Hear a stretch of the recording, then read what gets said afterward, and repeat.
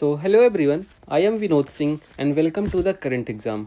सो इस क्लास में हम जो भी यूनियन बजट का सारा इम्पोर्टेंट डाटा है 25-26 के लिए हम सब इसमें कवर करेंगे। इस क्लास से अगर बजट का कोई क्वेश्चन होता है तो इस क्लास से बाहर वो नहीं होने वाला, इतना मैं आपको गारंटीज करता हूँ। ठीक है, तो इस क्लास को आप बढ़िया से करना। मैंने सब कुछ कवर किया है जो आपके लिए इम्पोर्टेंट है, और फालतू की चीज़ों को छोड़ ही दूंगा यार, क्योंकि बहुत लंबा बजट है, सब नहीं पढ़ाऊँगा। जो आपके लिए ज़रूरी है एग्ज़ाम की दृष्टि से वो मैंने कराया है। तो चलिए शुरू करते हैं। ठीक है, चलो। तो देखो, अभी बजट 2025-26 का 1 फरवरी 2025 को वित्त मंत्री निर्मला सीतारमण जी ने पेश किया। ठीक है, अब इनकी ये साड़ी देखो। पहले बजट से पहले क्या होता है यार, ये जो हलवा सेरेमनी होती है, आपको सबको पता होगा। ये जो है ना हलवा सेरेमनी होती है, बजट जब बनाने के लिए इकट्ठा होते हैं सारे लोग। और ये बजट जब तक बनता है तो ये सारे लोग यहीं रहते हैं, एक ही हॉल में रहते हैं, और इनका फ़ोन वोन सब जब्त होता है। ठीक है, तो ये होता है सेरेमनी हो गया। ठीक है, और फिर जब निर्मला सीतारमण ने ये साड़ी पहनी, और जो ये साड़ी आम साड़ी नहीं है, बहुत ही ज़्यादा चर्चा में रही। ठीक है, तो अब ये 11 बजे पेश करना था बजट। ठीक है, तो इन्होंने ये 11 बजे बजट पेश होता है, ये तो आपको पता ही होगा वैसे। तो ये साड़ी किसने दी थी? बिहार की दुलारी देवी। ठीक है, बिहार की एक दुलारी देवी हैं, उन्होंने ये साड़ी गिफ्ट करी थी। ठीक है, दुलारी देवी ने ये साड़ी गिफ्ट करी थी, और उन्होंने कहा था कि ये बजट पेश करते वक्त आप पहनिएगा इसे। ठीक है, तो इन्होंने ये वही मधुबनी शैली में मधुबनी आर्ट से सुसज्जित है। तो कौन सी याद है? मधुबनी आर्ट। ठीक है, तो ये भी आपको पूछा जा सकता है, जो मिथिला का आर्ट है, बिहार से संबंधित है ये भी। ठीक है, तो ये साड़ी इन्होंने पहन रखी थी। तो साड़ी के बारे में आपको पता हो गया। फिर उन्होंने राष्ट्रपति जी की परमिशन ली। तो राष्ट्रपति जी की परमिशन लिए, एसेंट चाहिए होती है ना बजट पेश करने से पहले। तो राष्ट्रपति जी ने दही चीनी खिलाकर इनको एसेंट दी और कहा जाइए present ahead of the budget. ठीक है, तो बजट के पहले ये भी करना एक परंपरा बन चुकी है। अब जो ये बजट था तो किस विजन के साथ पेश किया कि विकसित भारत, है ना। तो ये बजट जो था पेश हुआ ना, तो विकसित Bharat at the rate 2047 sorry. तो ये इस लक्ष्य के साथ इस बजट को पेश किया गया, इस संकल्प के साथ ये बजट को पेश किया गया है। तो चलिए शुरू करते हैं। तो देखो, बजट का इतिहास जान लेते हैं पहले। बजट का इतिहास क्या है, पहले से कहाँ से चला आ रहा है। तो 1860 ईस्वी में ब्रिटिश भारत में जेम्स विल्सन द्वारा पहला बजट पेश किया गया। ठीक है, तो ये आपको पता होगा, ये हर साल मैं कराता हूँ बजट के साथ, तो ये डाटा आपको याद रखना है। देन 1947 ईस्वी में स्वतंत्र भारत का पहला बजट वित्त मंत्री षणमुखम शेट्टी द्वारा पेश किया गया। ठीक है, षणमुखम शेट्टी द्वारा स्वतंत्र भारत का पहला बजट 1947। अब गणतंत्र भारत का पहला बजट जॉन मेथाई ने 1950 में पेश किया।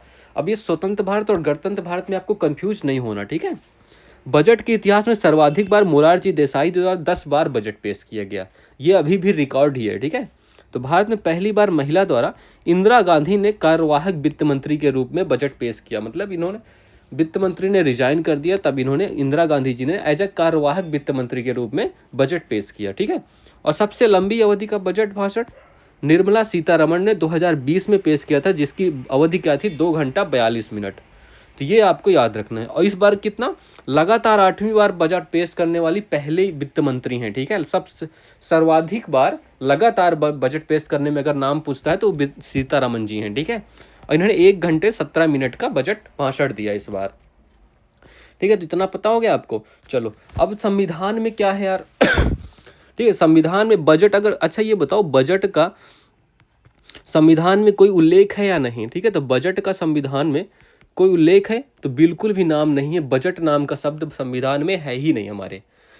हाँ, लेकिन ऐसा एक आर्टिकल नंबर 112, इस आर्टिकल में क्या लिखा हुआ है? इस आर्टिकल में लिखा है एनुअल फाइनेंशियल स्टेटमेंट। ठीक है, तो ये इसका मतलब हमने बजट से निकाल लिया, एनुअल फाइनेंशियल। तो एनुअल फाइनेंशियल स्टेटमेंट, ये इसका उल्लेख है बजट में। ठीक है, सॉरी, संविधान में। तो यही है बजट हमारा। ठीक है, अब बजट से संबंधित आर्टिकल पूछे तो आर्टिकल नंबर 112 ही है। अच्छा, स्टेट के लिए क्या है? फॉर स्टेट के लिए कौन सा आर्टिकल है? तो स्टेट के लिए है आर्टिकल नंबर 202। ठीक है, 202 आर्टिकल नंबर, ये स्टेट के लिए है, तो ये भी आपको याद रखना है। ठीक है। अच्छा देखो, बजट पेश कहाँ होता है? सबसे पहले बजट को कहाँ, बजट जो होता है ना आपका, ये एज अ मनी विल ही होता है। मनी विल होता है, जो धन विधेयक होते हैं ना, तो एज अ मनी विल ही होता है। और मनी विल को सबसे पहले कहाँ पेश किया जाता है? राष्ट्रपति की सहमति के बाद। ठीक है, राष्ट्रपति की जो होगी, इसकी जब एसेंट या सहमति मिलती है, अगर इसकी सहमति मिल गई देन ये इसको कहाँ पेश किया जाता है, लोकसभा में पहले पेश किया जाता है। ठीक है, तो लोकसभा में पेश देन ये राज्यसभा में जाता है। तो इतनी बातें आपको ये बजट सुनने से पहले आपको पता होना चाहिए, है ना। चलो अब बजट अब शुरू करते हैं अपना ये 2025-26 का बजट। इसके बारे में सब कुछ कवर करेंगे, हम कुछ नहीं छोड़ने वाले। तो 1 फरवरी 2025 को भारत की वित्त मंत्री निर्मला सीतारमन ने वर्ष 2025-26 के लिए 18वीं लोकसभा चुनाव के बाद दूसरा केंद्रीय बजट प्रस्तुत किया। क्योंकि एक पहला केंद्रीय बजट कब प्रस्तुत हुआ था, जब इलेक्शन हुआ था, जुलाई में पेश हुआ था, है ना, वो याद है ना सबको। ठीक है, तो ये आपको याद रखना है। तो 8वीं बार लगातार इन्होंने बजट पेश किया है, तो ये भी एक रिकॉर्ड है। तेलुगु कवि श्री गुरजादा अप्पा राव की प्रसिद्ध कहावत है, एक देश सिर्फ उसकी मिट्टी नहीं है, एक देश उसके लोग हैं। मतलब देश सिर्फ उसकी मिट्टी से नहीं, मिट्टी से देश नहीं बनता, उसके लोगों से देश बनता है। तो इसको उद्धृत करते हुए वित्त मंत्री ने केंद्रीय बजट पेश किया। मतलब सबसे पहले उन्होंने यही लाइन पढ़ी और फिर बजट उन्होंने स्टार्ट किया। ठीक है, तो ये आप संसद में इनकी फोटो देख सकते हो। अब चलो मुख्य विशेषताएं क्या हैं। तो केंद्रीय बजट 2025-26 में उल्लिखित विकसित भारत के 6 प्रमुख सिद्धांत हैं। एक तो पहला हो गया शून्य गरीबी, मतलब विकसित भारत के लक्ष्य के लिए प्रमुख 6 सिद्धांतों को लेके हमने काम किया। तो पहला सिद्धांत कौन सा है, शून्य गरीबी, जीरो पॉवर्टी। ठीक है, तो ये हमारे SDG में भी इसका उल्लेख है। SDG नंबर कौन सा है, SDG नंबर 1। तो SDG 1 में इसका सस्टेनेबल डेवलपमेंट गोल्स 1 में इसका उल्लेख है शून्य गरीबी, जीरो पॉवर्टी का, है ना। सभी के लिए गुणवत्तापूर्ण शिक्षा, क्वालिटी एजुकेशन, मतलब एजुकेशन जो भी होगी क्वालिटी एजुकेशन होगी। ये मतलब 100% क्वालिटी एजुकेशन के बारे में बात करने वाले हैं। ठीक है, तो 100% क्वालिटी एजुकेशन, ये SDG गोल कौन सा है, SDG गोल चौथा नंबर, SDG नंबर 4 में इसका उल्लेख है। सस्ती उच्च गुणवत्ता वाली स्वास्थ्य सेवा, मतलब हेल्थ केयर एक्सेस। ठीक है, तो अब ये इसका इसका कहाँ होगा, तो मतलब गुणवत्तापूर्ण शिक्षा की भी व्यवस्था की जाएगी। तो ये भी आपको करना है। ठीक है, आपको क्या मतलब गवर्नमेंट करने वाली है। सार्थक रोजगार के साथ कुशल कार्यबल, ये बताओ। तो देखो ये अच्छा, ये उच्च स्वास्थ्य, ये हेल्थ केयर एक्सेस किस में है, SDG 3 में। ठीक है, SDG 3, इसका भी SDG लिख लो, SDG गोल 3 में। सार्थक रोजगार के साथ कुशल कार्यबल, मतलब 100% स्किल्ड लेबर चाहिए, अपने स्किल्ड लेबर का विकास।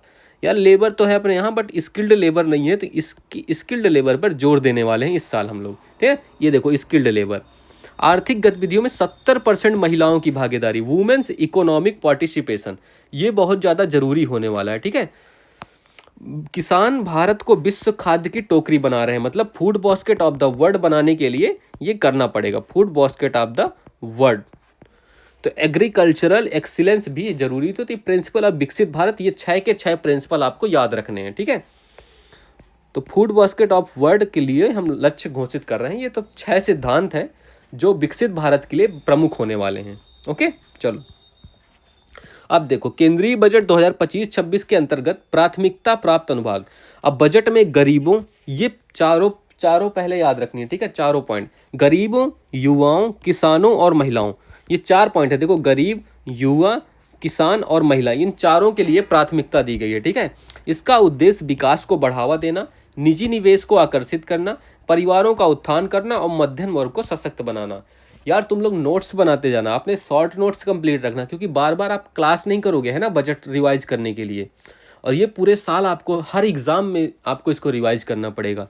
तो शॉर्ट नोट्स कृपया बना लीजिएगा, नहीं तो बाद में आप लोग परेशान होगे, है ना।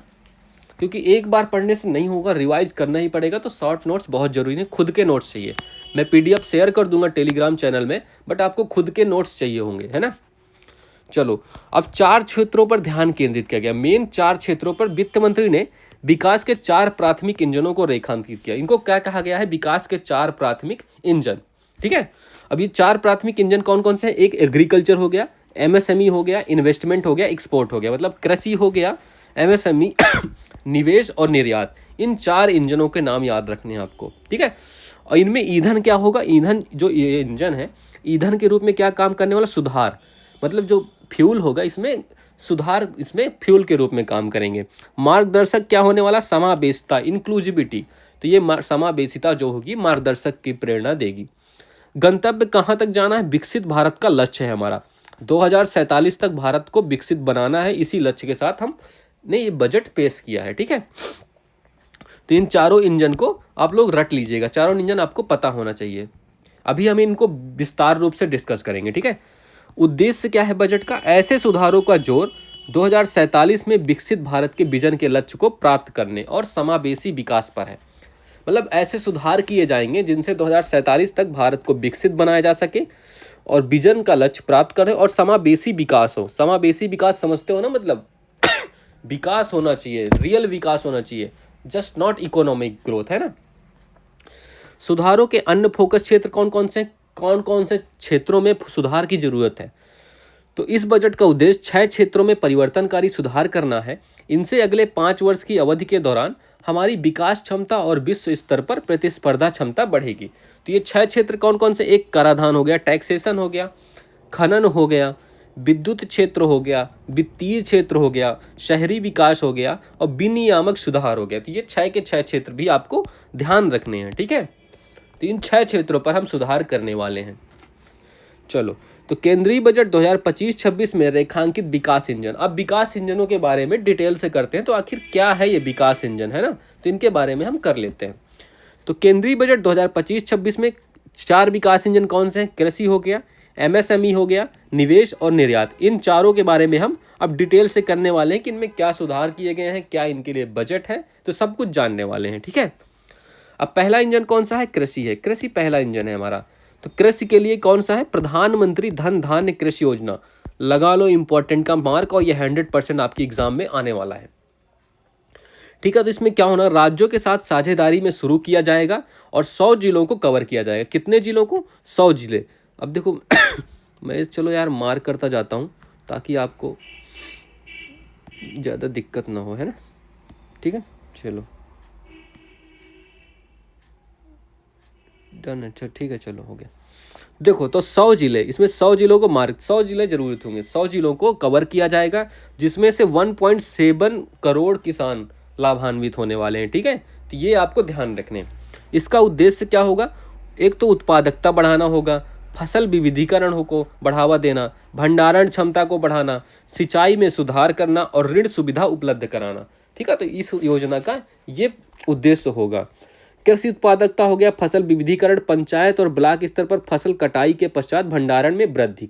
ठीक है, सिंचाई की सुविधा, ऋण उपलब्धता, तो ये सब इस योजना के पॉइंट होने वाले हैं। ठीक है, उद्देश्य होने वाले हैं, जिनमें 100 जिले कवर किए जाएंगे, 1.7 करोड़ किसान लाभान्वित होने वाले हैं। ये डाटा आपको याद रखना है। ठीक है, चलो अब दूसरा क्या है? ग्रामीण समृद्धि और लचीलापन कार्यक्रम। इसके बारे में बताना है। तो ग्रामीण समृद्धि और लचीलापन कार्यक्रम, तो राज्य सरकारों के सहयोग से एक बहुक्षेत्रीय ग्रामीण समृद्धि और लचीलापन कार्यक्रम शुरू किया जाएगा।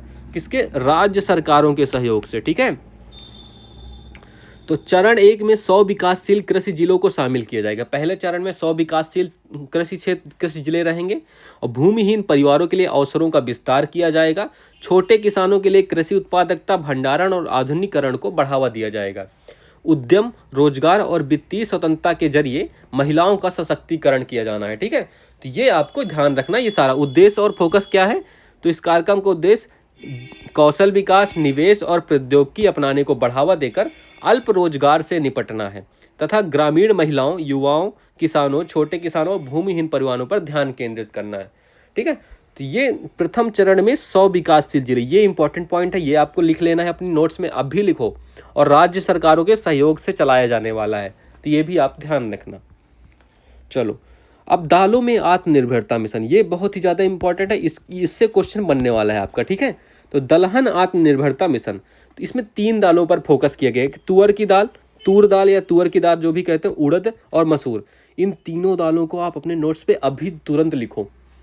3 दालों पर विशेष ध्यान दिया जाएगा।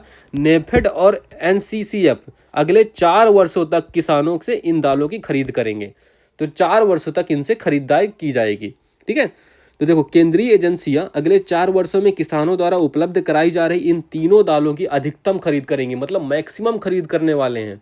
ध्यान रखो, और ये अपने किसान भाइयों को बताओ यार ये सब चीज़ें। ठीक है, कि ऐसा ऐसा हो गया है बजट में, क्योंकि उन तक ये बजट वो नहीं पढ़ने वाले, वो नहीं आने वाले मेरी क्लास करने, है ना। तो आप लोगों के जरिए ही उनको ये सब पता चलेगा, तो आप लोग थोड़ा बढ़ाओ, बातें करो इन सब बातों के बारे में, जरूरी है ये सब चीज़ें। जलवायु अनुकूल बीजों, प्रोटीन की मात्रा, उत्पादकता, फसल कटाई के बाद भंडारण और किसानों को आकर्षक कीमतों के भुगतान पर जोर दिया जाएगा। ठीक है, प्रोटीन की मात्रा बढ़ाने के लिए इन दालों पर विशेष रूप से फोकस किया जा रहा है। अब नेक्स्ट है फलों और सब्जियों के लिए व्यापक कार्यक्रम। ठीक है तो इसमें कुशल आपूर्ति श्रृंखला को बढ़ावा देना और किसानों के लिए बेहतर बाजार मूल्य सुनिश्चित करना। ठीक है, एमएसपी। ठीक है, तो ये इसके लिए बात की जाएगी। खान पान की सेहतमंद पसंद के तौर पर सब्जियों, फलों और श्री अन्न मिलेट्स के उपयोग पर खासा बढ़ोतरी।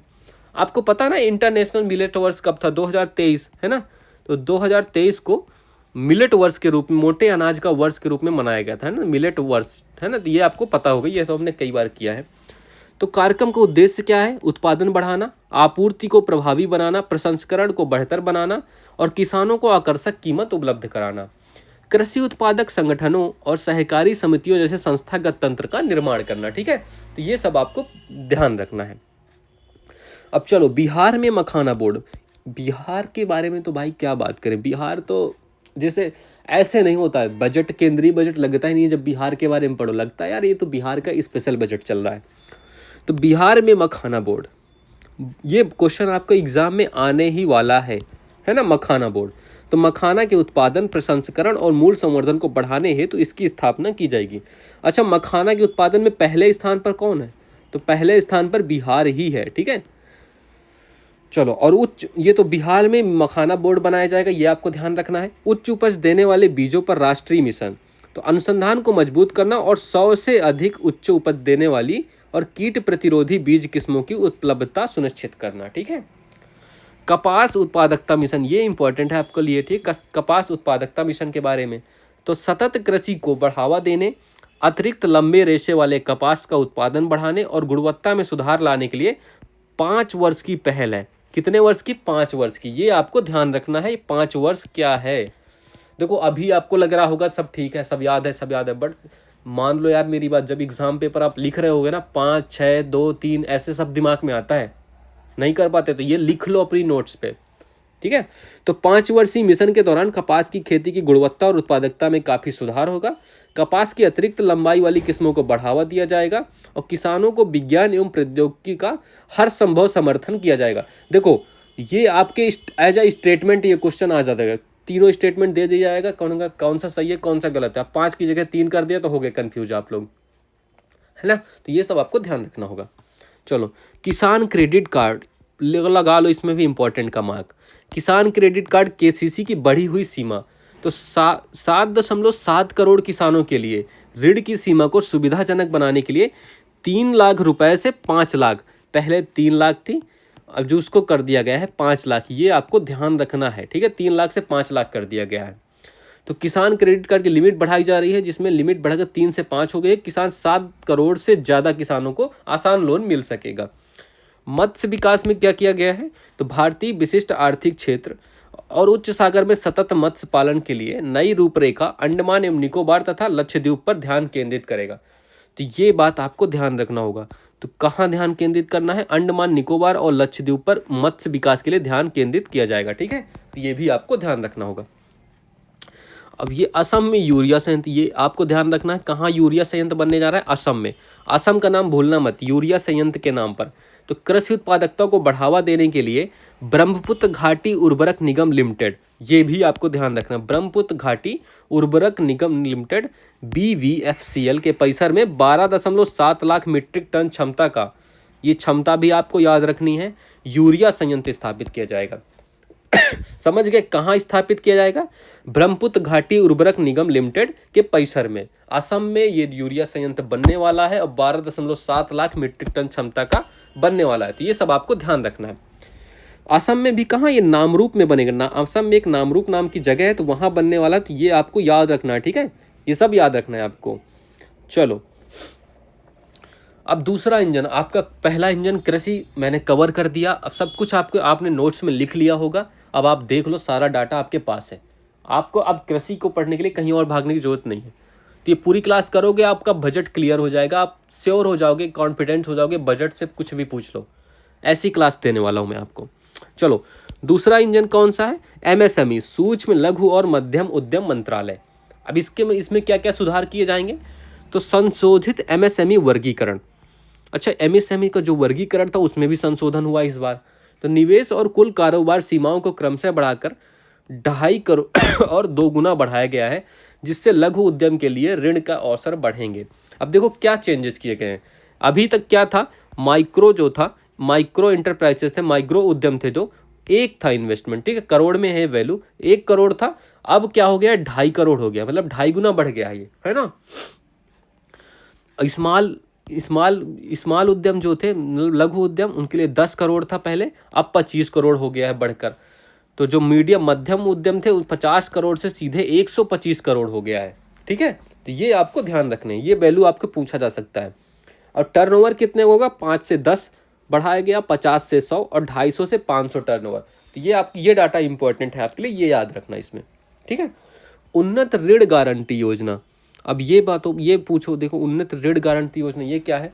तो एमएसएमई, स्टार्टअप्स और सुस्थापित निर्यातक एमएसएमई के लिए ऋण गारंटी कवर किया जाएगा, जिसमें क्या है, सूक्ष्म एवं लघु उद्यम के लिए कवर को 5 करोड़ रुपए से बढ़ाकर 10 करोड़ रुपए कर दिया गया है, ठीक है। ये ऋण गारंटी योजना के तहत है, हो रहा है, जिसमें अगले 5 वर्षों में 1.5 लाख करोड़ रुपए अतिरिक्त ऋण उपलब्ध होगा, ठीक है। अगले 5 वर्षों में 5 करोड़ से ये ऋण बढ़ा के 10 करोड़ कर दिया गया, ये आपको ध्यान रखना पड़ेगा। चलो, और कुल मिला के 1.5 लाख करोड़ रुपए अतिरिक्त ऋण उपलब्ध होगा, ठीक है। तो ये भी आपको ध्यान रखना है। चलो, तो स्टार्टअप्स के लिए क्या सीन है? आत्मनिर्भर भारत के लिए महत्वपूर्ण 27 फोकस क्षेत्र है ना, कितने? 27। तो 27 फोकस क्षेत्रों में ऋण के लिए 1% की कम गारंटी शुल्क के साथ ऋण कवर 10 करोड़ रुपए से बढ़ाकर 20 करोड़ रुपए कर दिया गया है। मतलब 1% की कम गारंटी शुल्क भी लगेगी, और जो कवर है, ऋण है, 10 करोड़ से बढ़ाकर 10 करोड़ से 20 करोड़ बढ़ा दिया गया है, ठीक है। इसमें कितना था, 5 से 10 हो गया है, 10 से 20 हो गया है स्टार्टअप्स के लिए, ठीक है। निर्यातक एमएसएमई मतलब जो निर्यात करते हैं उद्यम, है ना, तो 20 करोड़ रुपए तक के सावधि ऋण को कवर किया जाएगा। तो ये ऋण के लिए भी आपको ये डाटा ध्यान रखना है। अब सूक्ष्म उद्योगों के लिए कस्टमाइज्ड क्रेडिट कार्ड, ये आपको देखो, तो सरकार उद्यम पोर्टल के तहत 5 लाख रुपए की सीमा वाले कस्टमाइज्ड क्रेडिट कार्ड जारी करेगी। कितने सीमा है? 5 लाख रुपए की।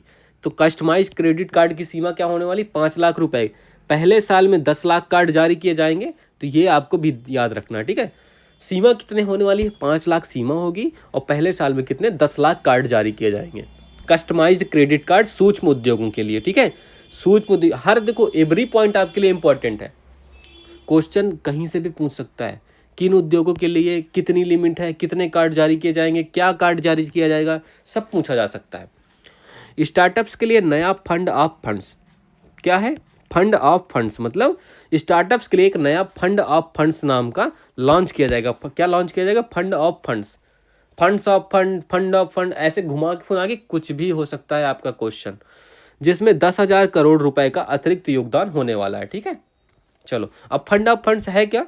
तो फंड ऑफ फंड्स एफओएफ एक निवेश रणनीति है, जिसमें एक फंड सीधे स्टॉक, बॉन्ड या अन्य प्रतिभूतियों में निवेश करने के बजाय अन्य निवेश फंडों में निवेश करता है, ठीक है। मतलब प्रतिभूति वगैरह नहीं खरीदनी पड़ेगी, आपको डायरेक्ट इन्वेस्टमेंट के लिए मिल जाएगा। पहली बार उद्यमियों के लिए योजना, तो एक नई योजना के तहत पहली बार उद्यमी बनने वाली महिला तथा अनुसूचित जाति एवं अनुसूचित जनजाति के लोगों को 2 करोड़ रुपए तक की सावधि ऋण उपलब्ध कराया जाएगा। ये 2 करोड़ रुपए जो है ना, ये ऋण मिलेगा पहली बार जो स्टार्ट करेगा, मतलब पहली बार जो कोई महिला हो या कोई SC ST का कोई भी व्यक्ति हो, महिला पुरुष दोनों, ठीक है। तो उद्यमियों के लिए ये योजना है, 2 करोड़ रुपए तक का सावधि ऋण उपलब्ध कराया जाएगा, ठीक है। तो ये भी आपको लिख लेना है। वैश्विक खिलौना केंद्र, तो खिलौनों के लिए राष्ट्रीय कार्य योजना के आधार पर सरकार भारत को वैश्विक खिलौना विनिर्माण केंद्र बनाने के लिए एक योजना शुरू करेगी, जिसे मेक इन इंडिया ब्रांड को बढ़ावा मिलेगा, ठीक है। मेक इन इंडिया के तहत ये योजना चालू की जाएगी। राष्ट्रीय खाद्य प्रौद्योगिकी संस्थान, ठीक है। तो इसमें क्या होने वाला है? पूर्वोदय पहल, आपको पूर्वोदय पहल हमने पढ़ा था ये पिछले बजट में। तो पहल को आगे बढ़ाने के लिए बिहार में एक राष्ट्रीय खाद्य प्रौद्योगिकी उद्यमिता और प्रबंधन संस्थान स्थापित किया जाएगा। कहाँ? बिहार में। कौन सी पहल? पूर्वोदय पहल। ये सब आपको याद रखना है। पूर्वोदय पहल है क्या? तो पूर्वोदय योजना के तहत कौन कौन से राज्य हैं? पहले आंध्र प्रदेश है, पश्चिम बंगाल है, झारखंड, बिहार और उड़ीसा। ये पांचों राज्य आपको पहले याद रखने हैं, ठीक है। और किस पे जोर दिया गया था? आर्थिक अवसर, मानव संसाधन विकास और बुनियादी ढांचे पर जोर दिया गया था। लक्ष्य क्या था? पूर्वी क्षेत्र का विकास इंजन में बदलना। तो पूर्वी क्षेत्र को विकास इंजन में बदलने के लिए ये पूर्वोदय योजना लॉन्च की गई थी। तो भाई बिहार में इसी पहल को आगे बढ़ाने के लिए बिहार में एक राष्ट्रीय खाद्य प्रौद्योगिकी उद्यमिता और प्रबंधन संस्थान स्थापित किया जाने वाला है, ठीक है। तीसरा इंजन क्या है? निवेश। अब दो इंजन कवर हो गए, हम तीसरे इंजन की ओर बढ़ गए हैं। तीसरा इंजन है निवेश, ठीक है। चलो, तो लोगों में निवेश पहला क्या है? पहला लोगों में निवेश किया जाएगा। क्या निवेश है? तो अगले 5 वर्षों में सरकारी स्कूलों में 50,000 अटल टिंकरिंग लैब। अटल टिंकरिंग लैब क्या है? मतलब जिज्ञासा, नवाचार और युवा मस्तिष्कों में वैज्ञानिक सोच को बढ़ावा देने के लिए आगामी 5 वर्षों में सरकारी स्कूलों में 50,000 अटल टिंकरिंग लैब की स्थापना की जाएगी। बच्चों में जिज्ञासा बढ़ाने के लिए, नवाचार और मस्तिष्क को वैज्ञानिक सोच में बदलने के लिए ये 50,000 का डाटा आपको याद रखना है, ठीक है। 50,000 अटल टिंकरिंग लैब स्थापित की जाएंगी। दूसरा क्या है? Bharat net portal. तो भारत नेट पोर्टल के तहत ब्रॉडबैंड कनेक्टिविटी को बनाया जाएगा। अंतरनेट ग्रामीण क्षेत्रों में सभी सरकारी माध्यमिक विद्यालयों और प्राथमिक स्वास्थ्य केंद्रों पर ब्रॉडबैंड कनेक्टिविटी होने वाली है। अब आप उसका पतली कमरिया देखने में यूज करो या अच्छे कामों में यूज करो, वो आपके ऊपर है ना। तो ब्रॉडबैंड की सुविधा मिलने वाली कौन सा पोर्टल के तहत? भारत नेट पोर्टल, ठीक है। भारतीय भाषा पुस्तक योजना, देखो ये इंपॉर्टेंट है, आपको ये आपको याद रखना होगा है? तो स्कूल और उच्च शिक्षा के लिए भारतीय भाषाओं की पुस्तकें डिजिटल रूप से उपलब्ध कराने के लिए है, ठीक है।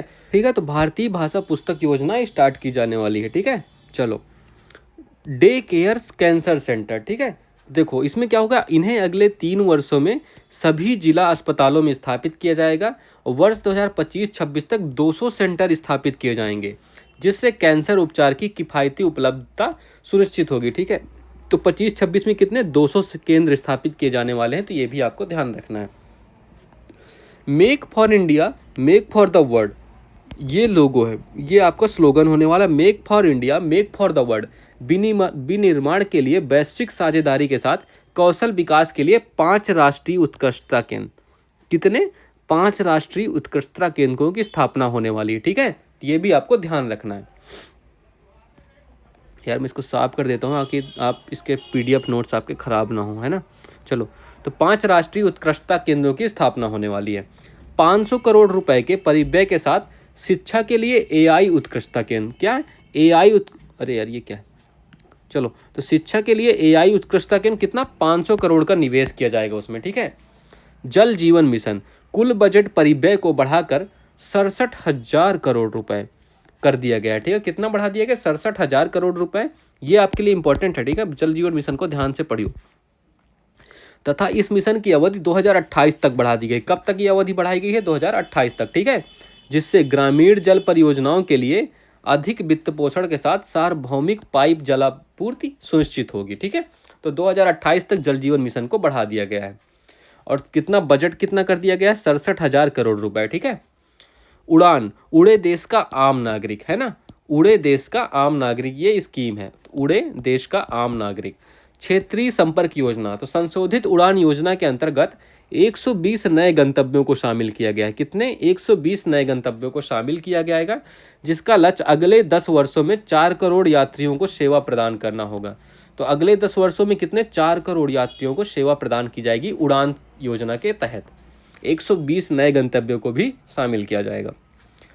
चलो, अब बिहार के बारे में पढ़ते हैं। बिहार के बारे में क्या क्या आया भाई? बिहार की बड़ी चर्चा हो रही है यार। तो बिहार विशिष्ट निवेश, बिहार में क्या किया जाएगा? ग्रीनफील्ड हवाई अड्डे। तो भविष्य की मांग को पूरा करने के लिए बिहार में नए ग्रीनफील्ड हवाई अड्डे विकसित किए जाएंगे, जो पटना हवाई अड्डे के विस्तार और बिहटा में ब्राउनफील्ड हवाई अड्डे के विकास के पूरक होंगे। तो बिहटा में क्या है? बिहटा में ब्राउनफील्ड हवाई अड्डे के विकास के पूरक, ठीक है। तो ये आपको दोनों याद रखने हैं। ये ब्राउनफील्ड हवाई अड्डा बिहटा और क्या है? पटना का हवाई अड्डा, ठीक है। ये दोनों पूरक होने वाले हैं ग्रीनफील्ड हवाई अड्डों के। चलो, और नेक्स्ट क्या है? पश्चिमी कोसी नहर परियोजना। ये इंपॉर्टेंट है, आपको कोसी नहर के बारे में आपको देखना होगा, मैप भी देखना होगा। तो पश्चिमी कोसी नहर ERM विस्तार, नवीनीकरण और आधुनिकीकरण परियोजना के लिए वित्तीय सहायता प्रदान की जाएगी। तो इस नहर को देखो, ये जो नहर है ना, इस नहर के लिए वित्तीय सहायता प्रदान की जाएगी, जिसमें 50,000 हेक्टेयर से अधिक भूमि में सिंचाई में सुधार करके मिथिलांचल क्षेत्र के किसानों को लाभ मिलेगा। कहाँ के क्षेत्र के किसानों को? मिथिलांचल। देखो, ये गंगा नदी है, ये कोसी नदी है, और ये जो कोसी नदी है इसी के लिए परियोजना लाई गई है, जो बिहार में है ना। तो ये आपको ध्यान रखना, ये बिहार का ही पूरा मैप है, तो कोसी वाला ये आप जो याद रखना है। चलो, परमाणु ऊर्जा मिशन। अब लघु मॉड्यूलर रिएक्टरों के अनुसंधान और विकास के लिए 20,000 करोड़ रुपए के परिव्यय के साथ एक नया परमाणु ऊर्जा मिशन शुरू किया जाएगा। ठीक है, ये वैसे उतना पूछा नहीं जाएगा, बट आप ऐसे एक बार पढ़ रहे हो तो आपको याद आ जाएंगे, अगर कभी आता भी एग्जाम में। 2033 तक कम से कम 5 स्वदेशी, ये आप ध्यान रखना, 5 स्वदेशी रूप से विकसित छोटे मॉड्यूलर रिएक्टर चालू हो जाएंगे। कब तक? 2033 तक का लक्ष्य है, 5 की संख्या होने वाली है।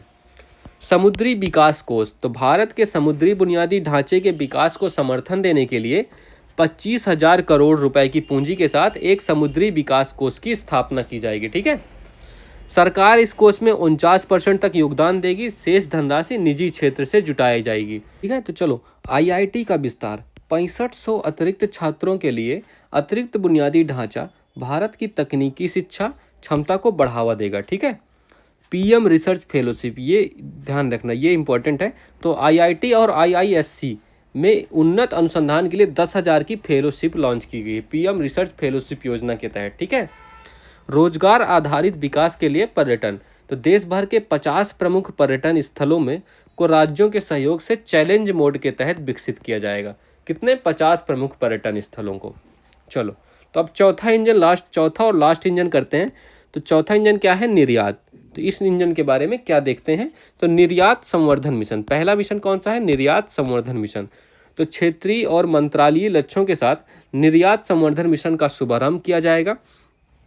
कौन कौन से मंत्रालय इसमें भाग लेने वाले हैं? एक तो देखो, वाणिज्य मंत्रालय हो गया, दूसरा MSME मंत्रालय हो गया, और तीसरा वित्त मंत्रालय। ये 3 मंत्रालय इसमें संयुक्त रूप से चलाया जाएगा। तो 3 मंत्रालय इसको चलाने वाले हैं, निर्यात संवर्धन मिशन। तो ये तीनों मंत्रालय के नाम भी आपको याद रखने हैं। ठीक है, भारत ट्रेड नेट BTN एक एकीकृत डिजिटल प्लेटफॉर्म है। ये क्या है? एक एकीकृत डिजिटल प्लेटफॉर्म जो अंतर्राष्ट्रीय व्यापार, दस्तावेजीकरण और वित्त पोषण समाधान की सुविधा प्रदान करेगा। ये आपको पूछेगा क्वेश्चन में कि ये क्या है? ये तो एकीकृत डिजिटल प्लेटफॉर्म है जो अंतर्राष्ट्रीय व्यापार के दस्तावेजीकरण और वित्त पोषण समाधान की सुविधा प्रदान करने वाला है। ठीक है, अब ग्लोबल कैपेबिलिटी सेंटर्स GCC हेतु राष्ट्रीय ढांचा। तो उभरते हुए द्वितीय श्रेणी शहरों में आउटसोर्सिंग केंद्रों, ग्लोबल कैपेबिलिटी सेंटर्स को बढ़ावा देने के लिए नीतिगत प्रोत्साहन दिए जाएंगे, जिससे भारत एक प्रमुख वैश्विक सेवा प्रदाता के रूप में उभर सके। ठीक है, एयर कार्गो के लिए भंडारण सुविधा। ठीक है, एयर कार्गो के लिए भंडारण सुविधा, ये भी इंपॉर्टेंट है। उच्च मूल्य वाले नाशवंत, मतलब जिनका नाश हो सकता है, उत्पादों के निर्यात को सक्षम बनाने के लिए उन्नत भंडारण अवसंरचना का विकास किया जाएगा, जिससे अंतर्राष्ट्रीय बाजारों तक तेज और कुशल आपूर्ति सुनिश्चित हो सके। ठीक है, तो उनके भंडारण के लिए उन्नत किस्म के भंडारण केंद्र खोले जाएंगे।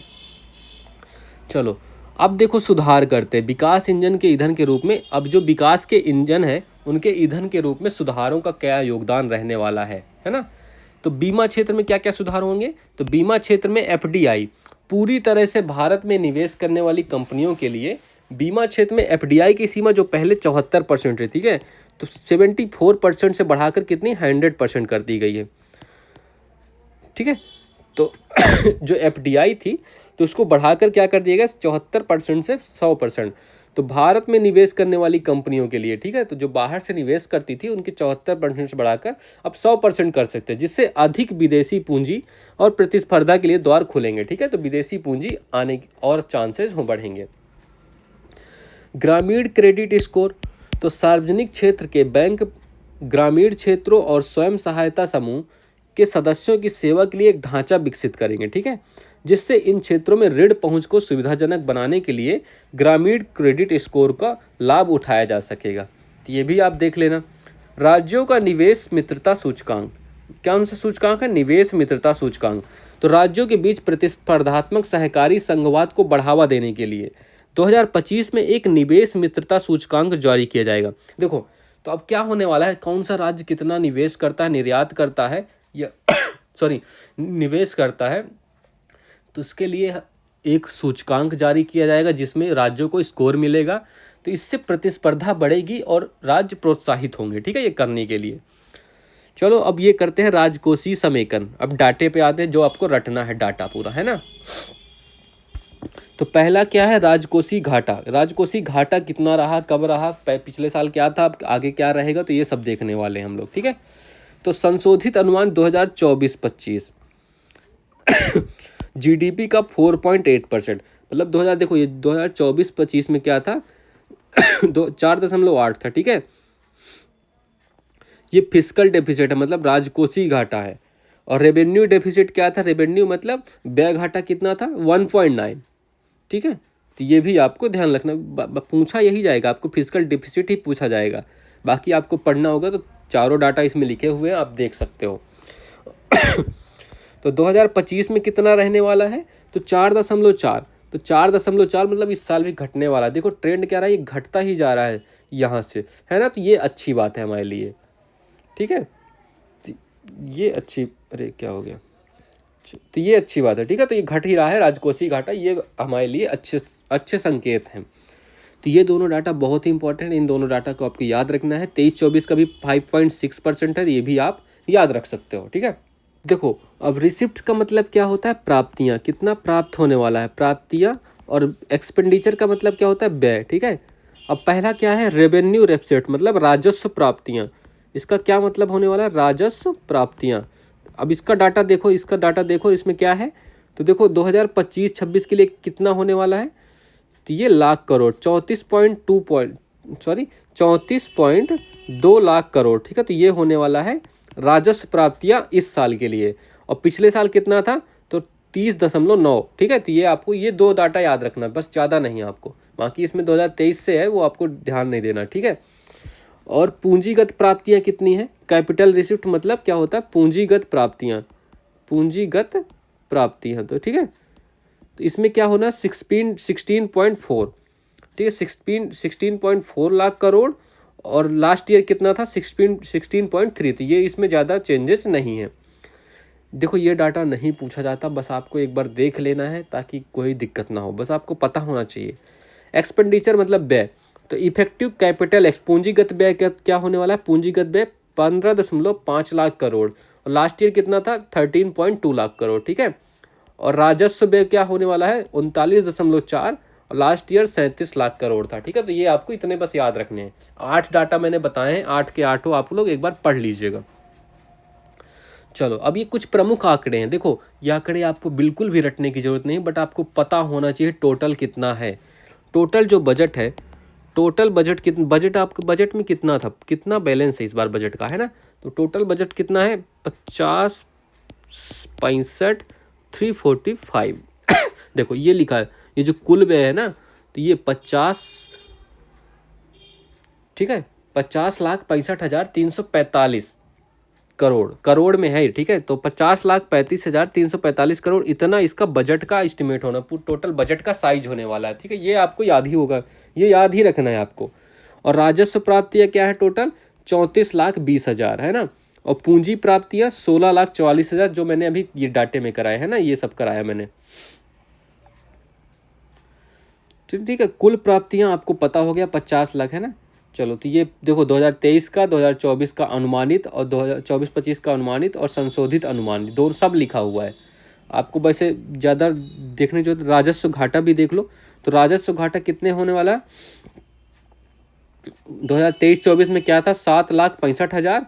और इसमें क्या होने वाला, संशोधित अनुमान क्या था, सॉरी पिछले साल में क्या था, तो 6,10,000। और इस साल क्या होने वाला है, 5,23,000, ठीक है। तो ये आपको ध्यान रखने, बस ज़्यादा उतना नहीं, थोड़ा थोड़ा पढ़ लीजिएगा, एक बार पता होना चाहिए बस। अब देखो पैसा आता कहाँ से है, जाता कहाँ है, ठीक है। तो देखो जो रुपया होता है, आता कहाँ से, आता मतलब रुपया कम्स कहाँ से, पहले नंबर पे टॉप पे कौन होता है, देखो उधार लेते हैं, उधार जो भी होता है उधार से आता है। लेकिन अब वैसे लिखो तो लिखो पहले आयकर से, ठीक है। तो आयकर से आता, पहले नंबर पे आयकर होता है और दूसरे नंबर पे क्या है, निगम कर, सॉरी जीएसटी या अन्य कर, ठीक है। दूसरे नंबर पे जीएसटी एंड अदर टैक्सेस, ठीक है, जीएसटी एंड अदर टैक्सेस। और तीसरे नंबर पे क्या है, निगम कर, ठीक है, तीसरे नंबर पे निगम कर। तो ये टॉप 3 आपको याद रखने हैं। कहाँ से पैसा आता है, आय से आता, आयकर से आता है, जीएसटी से आता है, निगम कर से आता है, मतलब टैक्स ही है भाई मेन। और जाता कहाँ है और रुपया जो है वो जाता कहाँ है, जाता कहाँ है, तो इसमें पहले नंबर पे कहाँ है, तो ब्याज। सबसे ज़्यादा पैसा कहाँ चला जाता है, ब्याज देने में।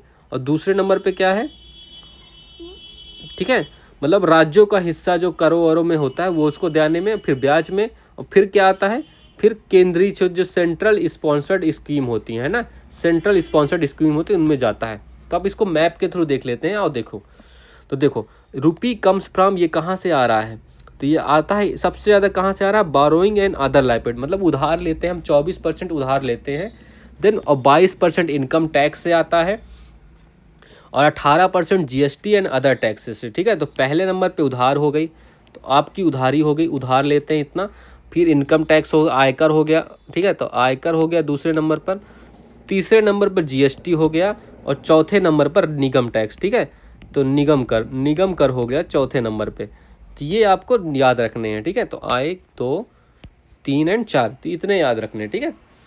अब ये देखो जाता कहाँ है पैसा, पैसा हमारा जा कहाँ रहा है, तो सबसे ज़्यादा कहा जाता है इंटरेस्ट पेमेंट में, ठीक है। पहले तो आप state share of taxes and duties, तो स्टेट के टैक्सेस ये ड्यूटीज़ पहले नंबर पे आ गया।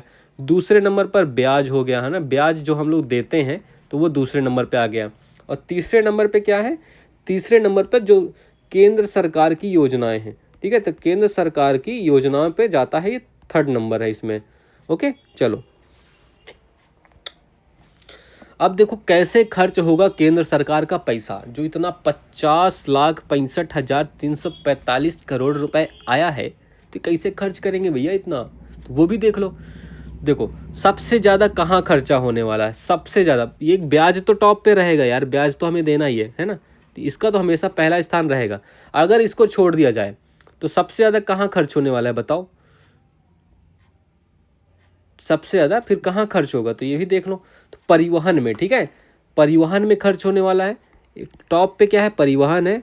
देन क्या है, देन है आपका रक्षा, डिफेंस मिनिस्ट्री, ठीक है। तो डिफेंस मिनिस्ट्री हो गया दूसरे नंबर पे। तीसरे नंबर पे सब्सिडी वगैरह हो गया और चौथे नंबर पे पेंशन हो गया। देखो देख रहे हो ना ग्रामीण विकास अब भी 5वें नंबर पे है। तो ये भी आपको ऊपर के टॉप 5 याद रखना, और सबसे कम सामाजिक कल्याण के लिए है, तो ये आपको पता होगा, है ना। चलो ठीक है, चलो पूर्वोत्तर के विकास के लिए कितना है, 5915 करोड़ रुपए, है ना। तो ये अभी आपको देख लेना, 5915 करोड़। और बाकी आपको ठीक है, एक बार देख लेना, बस आपको पता होना चाहिए ब्याज, परिवहन, रक्षा, सब्सिडी, पेंशन, ग्रामीण विकास। ओके, चलो अब देखो कराधान और वित्तीय सुधार। क्या है कराधान, प्रत्यक्ष कर। तो 12 लाख रुपए, जो बहुत ज़्यादा चर्चा में हुआ कि 12 लाख तक की छूट, 12 लाख तक की, भाई कमाओगे कैसे, ये नहीं सोचा तुम लोगों ने। तुम लोग नाच रहे हो, गा रहे हो, 12 लाख की छूट मिल गई, छूट मिल गई, छूट है 12 लाख तुम पे, आते हैं साल के 12 लाख, लाख रुपए कमा नहीं रहे हो, है ना। तो 12 लाख तक की वार्षिक आय पर कोई आयकर नहीं लगेगा, ठीक है। देखो जिसकी भी 12 लाख आय है, और जो वेतनभोगी करदाताओं के लिए 12.75 लाख 75,000 की एक्स्ट्रा छूट मिलेगी। तो 12 लाख तक कोई कर नहीं, लेकिन अगर 12 लाख 1 रुपए है तो फिर आपको इसमें फेंक देंगे, इससे आपको गुजरना पड़ेगा। तो 4 लाख तक कोई टैक्स नहीं लगेगा, बट ये फिर 4 से 8 लाख तक 5% टैक्स, 8 से 12 लाख तक 10% टैक्स, 12 से 16 लाख तक 15% टैक्स, 16 से 20 लाख तक क्या है 20% टैक्स, ठीक है। 12 से ये 15 है, 16 कैसे लिखा है, ठीक है।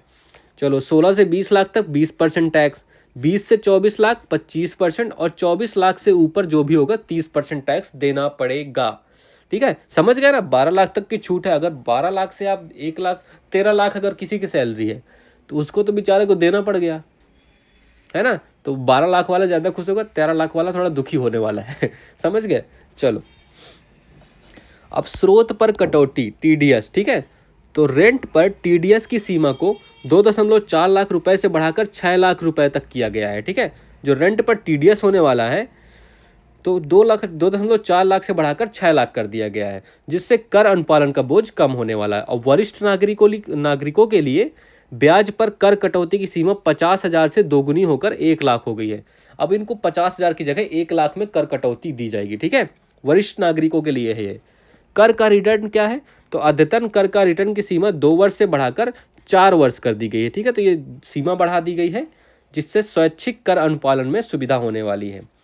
मूल सीमा शुल्क मतलब छूट में क्या है, कैंसर, दीर्घकालिक और दुर्लभ बीमारियों से संबंधित 36 जीवन रक्षक दवाओं को, कितनी दवाओं को, 36 जीवन, ये आपको डाटा याद रखना पड़ेगा, 36 जीवन रक्षक दवाओं को बीसीडी से पूर्ण छूट दी गई, मतलब ये दवाएं भी सस्ती होने वाली हैं।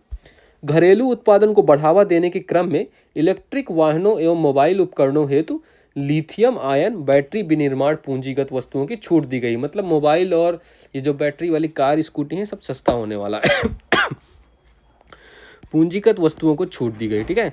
स्थानीय विनिर्माण को प्रोत्साहित करने तथा आयात पर निर्भरता कम करने के लिए वस्त्र और इलेक्ट्रॉनिक्स क्षेत्र में भी छूट दी गई, तो मतलब कपड़े और इलेक्ट्रॉनिक्स सामान जो है आपका सस्ता होने वाला है, ठीक है। ठीक है, तो चलो आज की क्लास हो गई आपकी। आई थिंक आप सबको बढ़िया लगा होगा, मैंने कुछ भी नहीं छोड़ा, जो भी ज़रूरी था मैंने सब कुछ करा दिया है।